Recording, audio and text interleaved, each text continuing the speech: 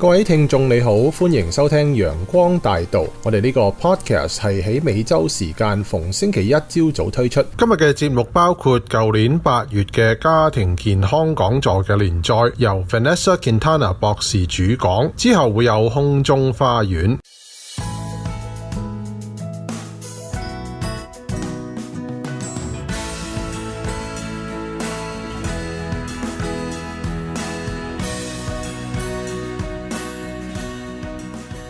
The emotional experience that we suffered in that moment, if we do not heal and resolve it, we carry it on. 所以呢啲情緒嘅創傷，如果唔解決唔醫治嘅話呢，會繼續傳落去。There have been so many studies on women that have been pregnant at the time of a trauma or a crisis. 所以有一個研究就係婦女如果喺呢個創傷時候有懷孕。Very interesting is that the women who are pregnant at about 8 or 9 months in gestation, 最明顯就係去到8個月、9個月懷孕嘅時候。have a baby, namely a female baby, that she has then the ovules that she will carry with her the rest of her life. 所以如果特別係女嬰嘅話呢，係會一路帶住一生一種嘅影響。They have studied then the life of her grandchildren. 甚至有人係研究佢哋再下一代嘅即係懷孕婦女嘅孫。And they've noticed that in that grandchild who did not live the event firsthand, 所以就見到呢一個孫輩佢係完全經歷唔到2代之前嘅問題 carries the aftermath of that event. 所以後續嘅影響呢都會係帶住落去。A very impressive anecdote 係一個好犀利嘅現象 was that of a young lady who felt that her life, that she couldn't continue living her life. 咁一個年輕嘅女士話佢唔可以繼續活落去啦。She felt that she needed to take her life. 佢要覺得咧要了結自己生命。And she kept visualizing herself doing that by burning herself. 佢一路就喺度諗佢自己點樣會燒死自己。And she was consumed by these thoughts. She dreamt about it, she thought about it, and she attempted it. 咁就日思夜想，就發夢都係咁樣。When she got to a trauma therapist, the trauma therapist assessed a lot further than the usual therapist would. 咁所以呢，佢見特別呢個叫做創傷嘅治療師呢，呢個創傷治療師係睇得比其他治療師係遠好多。And in the intake process, realized that there had been a history for this young lady. 咁佢喺最初見面嘅時候呢，就發現呢係有一個好多歷史嘅事情。This young lady's grandmother had gone through the war and had been a part of the victims of this war and had been burned. 咁原來就係話佢嘅祖母係曾經經歷一個戰爭，亦都係受到火燒嘅呢一個嘅創傷。How do we explain this? 咁你點解釋呢樣嘢呢？ She hadn't been there, 佢又冇去過嗰個場面， but she carried through epigenetics 佢就係呢啲嘅基因嘅遺傳啊， an emotional impact of that trauma. 係嗰次創傷嘅情緒影響，佢竟然咧係帶住落去。That's impressive. 好犀利嘅。 Especially to those of us who think that what we live doesn't affect our kids. We can protect them if we don't say anything about what we went through. 咁你仲會唔會諗話我做乜嘢咧影響唔到我子女嘅，我保護佢，我唔會講呢啲嘢嘅，咁就得咧？ When we talk about trauma, we consider that there are different types. The bigger traumas may be more glaring, more obvious. 有時佢哋啲創傷可以不同嘅種類，有啲係大啲，係比較明顯、好顯眼嘅。And other traumas that are more subtle and maybe more chronic. 其他嘅創傷咧就唔係咁容易睇到啦，亦都持續時間長嘅。A typical example or examples of this bigger type of more obvious trauma would be maybe a car accident, a serious illness. 如果話一個大創傷嘅例子，就例如話一個車禍啊，一個大病啊咁。Being abused as a young individual. 細個被虐待啊。Racism, extreme poverty. 極度嘅貧窮啊，或者一個種族主義嘅歧視。Torture or losing a loved one or losing a child. 一個被虐待啦，失去家人、失去愛人啦。Sociopolitical conflicts, natural disasters. 大自然嘅災難啦，或者呢個社會嘅動盪啦。Maybe an individual who was intubated at the hospital after the pandemic and was really close to dying. 或者好似今次疫情咁要插喉，差唔多死又可以康復翻嘅。Socially, it's almost expected that this person would have experienced trauma, and we call them traumatized. 咁所以呢啲喺社會咁樣嘅經驗嘅人咧，喺社會上都話佢受過呢個創傷啦。But what about these other traumas, more subtle, more subversive? 咁但係啲冇咁易見到嘅創傷又點呢？ Such as being a child who had to act as a parent. 好似未成年要擔當父母嘅角色， Being neglected. 冇人理佢。Having or receiving messages that were manipulative about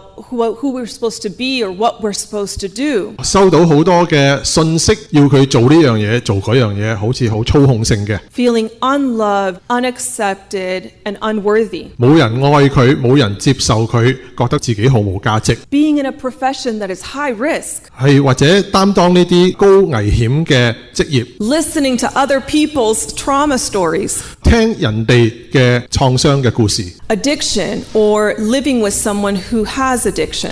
上癮啦，或者有近親上癮啦。Taking care of someone with mental illness that is untreated. 照顧一啲有精神病嘅人係冇被藥醫治嘅。Bullying or microaggressive comments.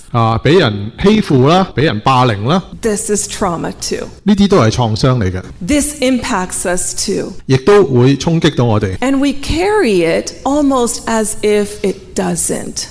但係我哋一路過活好似影響唔到我哋咁。So when we put this category and this category together, I have been so intrigued by the impact of trauma on our brain regardless of the type. 咁所以我好奇怪就係呢啲大小嘅創傷都好，對我哋腦部嘅影響會係點呢？ And what a lot of neurobiologists, neurophysicians, all of these different types of professions that study the brain, 好多腦神經嘅呢樣專科嗰樣專科咧，都係研究腦部。 what they've discovered is incredible. 佢哋發現嘅咧係真係難以置信嘅。 We know what the stress response is. 我哋知道呢個壓力就有反應啦。It comes from a primitive part of our brain 佢一個好基礎嘅一個腦嘅部分。 that we're designed by our creator to utilize when we are in situations of stress. 原來就係創造主創造俾我哋一個部分，要嚟係對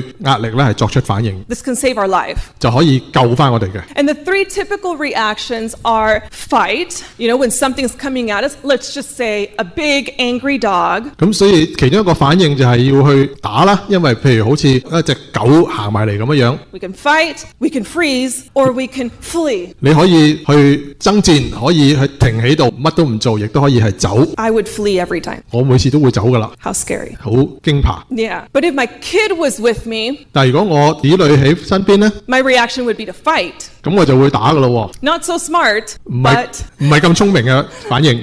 it would help us maybe to survive. 咁但係就幫你去生存。 The interesting thing is that when we are in stress response, our area of our brain that has this stress response is activated. 咁所以你一有個情況喺度呢，你腦裏邊負責係壓力個反應嘅呢，就開着咗啦。 And our frontal lobe, which is decision making and emotional intelligence, 咁但係前腦嗰度負責呢個做決定嘅時候呢， gets shut down. 嗰度就閂咗喎。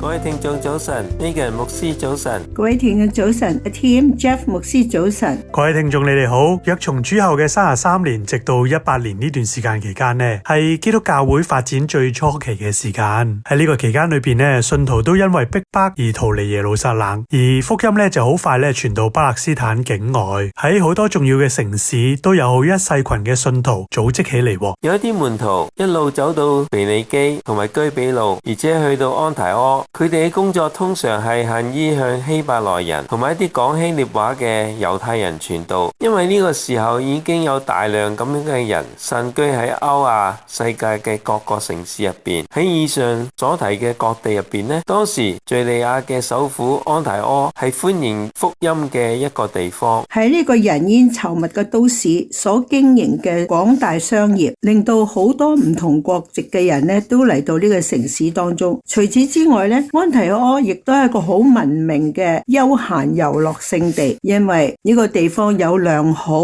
嘅環境，因為呢個地方嘅情況係非常嘅良好，環境優雅，又係經濟、文化同埋美術嘅中心。同時使徒嘅時候，安提亞咧已經成為咗一個奢侈同埋罪惡嘅城市，有一啲咧嚟自居比路同埋古利奈嘅門徒咧，都喺安提亞公開咧傳福音，講關於主耶穌嘅信息，話俾佢哋知主同佢哋同在。因此咧，佢哋嘅熱心努力大有成效。聖經記載咧，信而歸主嘅人數咧，當時有好多。所以呢個好消息傳到耶路撒冷教會人嘅耳入邊，佢哋又打發巴拿巴出去，走到安提阿為止。巴拿巴記到咗佢嗰個新嘅工作地點，睇到神嘅恩典所已經完成嘅工作，就歡喜勸勉眾人立定心志，恒久靠主。巴拿巴喺安提阿嘅工作大蒙上帝賜福，嗰度信徒嘅人數咧好快就增多咗啦。工作既然發展，巴拿巴咧就感覺到需要一個合適嘅助手，以便咧根據上帝所俾佢開啟咗嘅準備而向前邁進。因此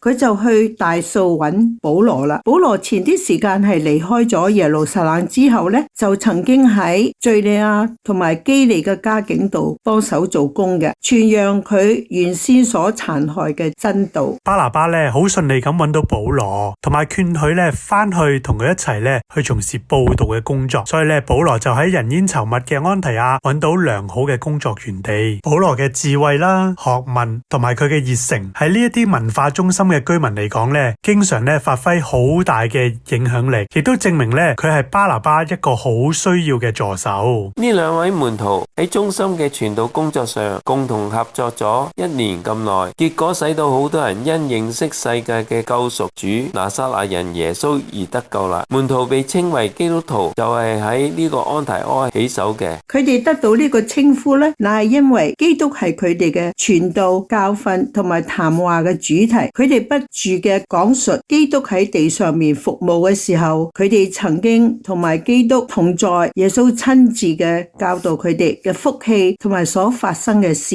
佢哋又唔休息又唔疲倦地繼續咁樣詳細講述耶穌嘅教訓同埋佢醫治病人嘅神蹟。佢哋咧以發震嘅口唇同埋滿腔嘅眼淚述說咧佢喺客西馬尼園嘅痛苦，耶穌被賣、被審同埋被釘，耶穌忍受敵人嘅侮辱同埋拷問時候所面對嘅容忍同埋謙卑，以及耶穌喺呢啲被害嘅人當中為佢哋祈禱所具有上帝嘅憐憫。同埋我哋要記得嘅耶穌復活升天，同埋佢喺天上為墮落嘅人類做中保，呢啲咧都係佢哋常常講論嘅題目。各位聽眾，今集嘅時間到呢度，下一次再同大家分享啦，再見。